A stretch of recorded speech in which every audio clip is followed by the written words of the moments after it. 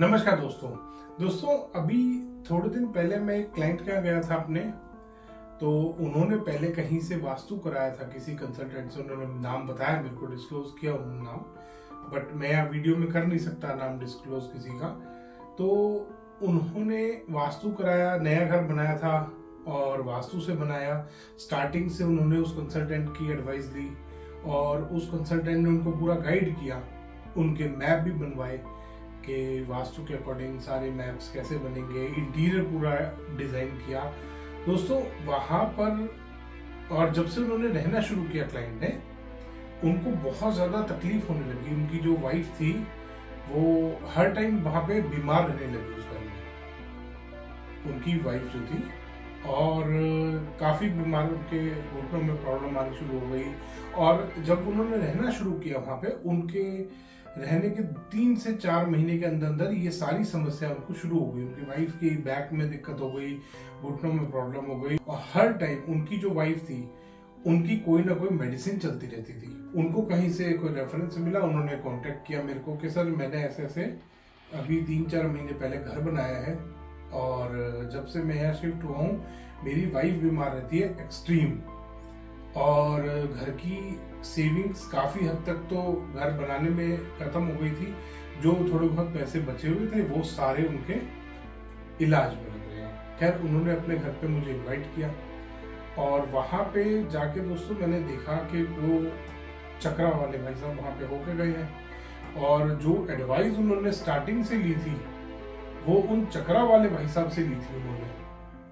और उनका मकान एग्जैक्ट नॉर्थ फेसिंग था दोस्तों, और उन्होंने चक्रा वाले भाई साहब ने जब उस मकान के नक्शे पे चक्कर लगाया तो उन्होंने बताया चक्कर लगा के कि ये जो आपकी गैस आ रही है ये पता नहीं E2 E3 पे आ रही है। दोस्तों पहली चीज, वास्तु में E2 E3 E4 S1 S2 ये सब कुछ नहीं होता। जो नव पद वास्तु है, 81 पद बनते थे, जो देवता 45 देवी देवता आउटलाइन पे आते थे, वो एक अलग सिस्टम था, वो एक अलग वास्तु है, वो वैदिक वास्तु है, वो ओरिजिनल वास्तु है। जो ओरिजिनल वास्तु जब लिखा गया था वो 81 पद पे लिखा गया था। और ये जो चक्रा वाला वास्तु चल रहा है दोस्तों, ये अपना सेल्फ क्राफ्टेड और सेल्फ ड्राफ्टेड वास्तु है। अब इन्होंने अपने E1 E2 E3 E4 ऐसे करके अलग अलग चीजें बना ली है। तो उन्होंने बताया उनको वास्तु चक्रा वाले ने कि ये आपकी जो गैस लग रही है ये E1 E2 के बीच में कहीं पे आ रही है, ये तो S3 S4 पे होनी चाहिए। और ईस्ट वाली वॉल पे उनकी गैस आ रही थी, E2 E3 पे कहीं पे, जैसा कि उस चक्कर वाले ने बताया उनको। तो उन्होंने, क्लाइंट ने मेरे बताया कि सर उन्होंने यहाँ पे E2 से हटा के हमारी गैस S3 S4 पे लगवा दी थी। अब वो S3 S4 आ रहे थे साउथ वाली वॉल पे दोस्तों।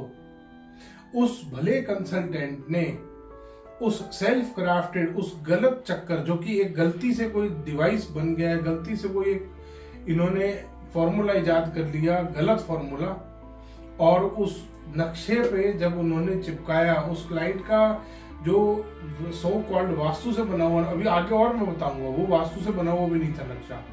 वो जो सो कॉल्ड उस कंसल्टेंट ने बना के दिया था वास्तु के अकॉर्डिंग नक्शा दोस्तों, उन्होंने उस नक्शे के हिसाब से साउथ वाली वॉल पे, क्योंकि S3 S4 साउथ वॉल पे आ रहा है, तो आपको तो गैस यही लगानी पड़ेगी दोस्तों।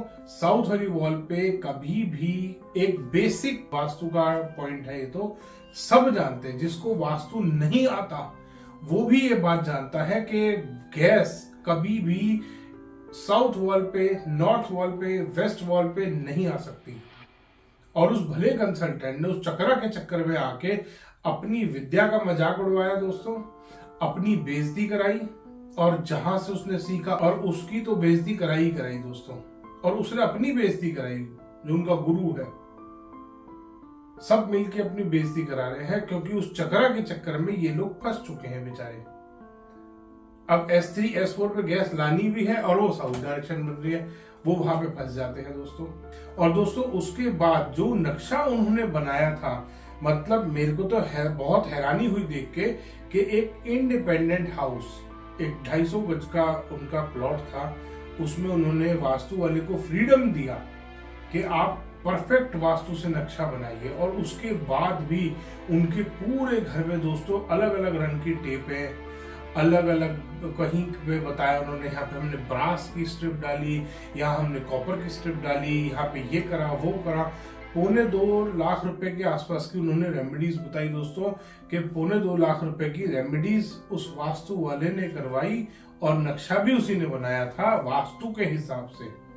दोस्तों अगर कोई भी नक्शा वास्तु के हिसाब से बनाया जाएगा तो उसमें कोई भी रेमेडी करने की जरूरत नहीं है।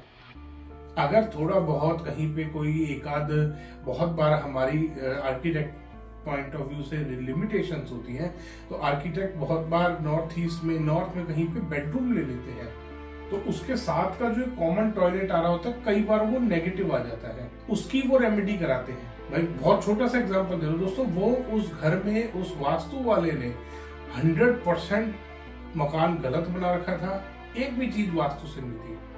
साउथ वेस्ट उसने कहा डिस्पोजल का कॉर्नर है, यहाँ पे टॉयलेट बना दो, यहीं पे आप अपना सेप्टिक टैंक बना दो। अब ये तो एक छोटा बच्चा भी जानता है जिसको वास्तु नहीं आता कि सेप्टिक टैंक कभी भी साउथ वेस्ट में नहीं आता। उसने कहा नहीं जी डिस्पोजल का कॉर्नर है, यहीं पे आएगा सेप्टिक टैंक, तो और वो सेविंग वहां पे खत्म करवा देते हैं।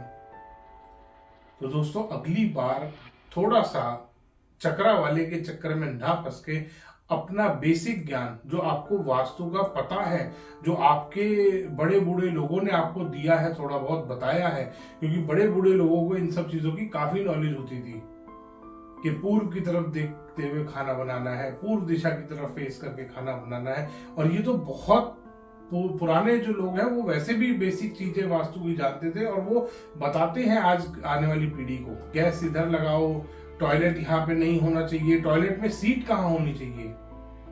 मतलब बेसिक वास्तु में उन हमारे जो बड़े बूढ़े लोग थे, हमारे जो पूर्वज, उनको इतना भी ज्ञान था, और वो बेसिक नॉलेज सबको है वास्तु की। तो आप कृपया करके अपनी बेसिक नॉलेज का थोड़ा सा इस्तेमाल करें और इन चक्रा वालों से थोड़ा सा बच के रहें।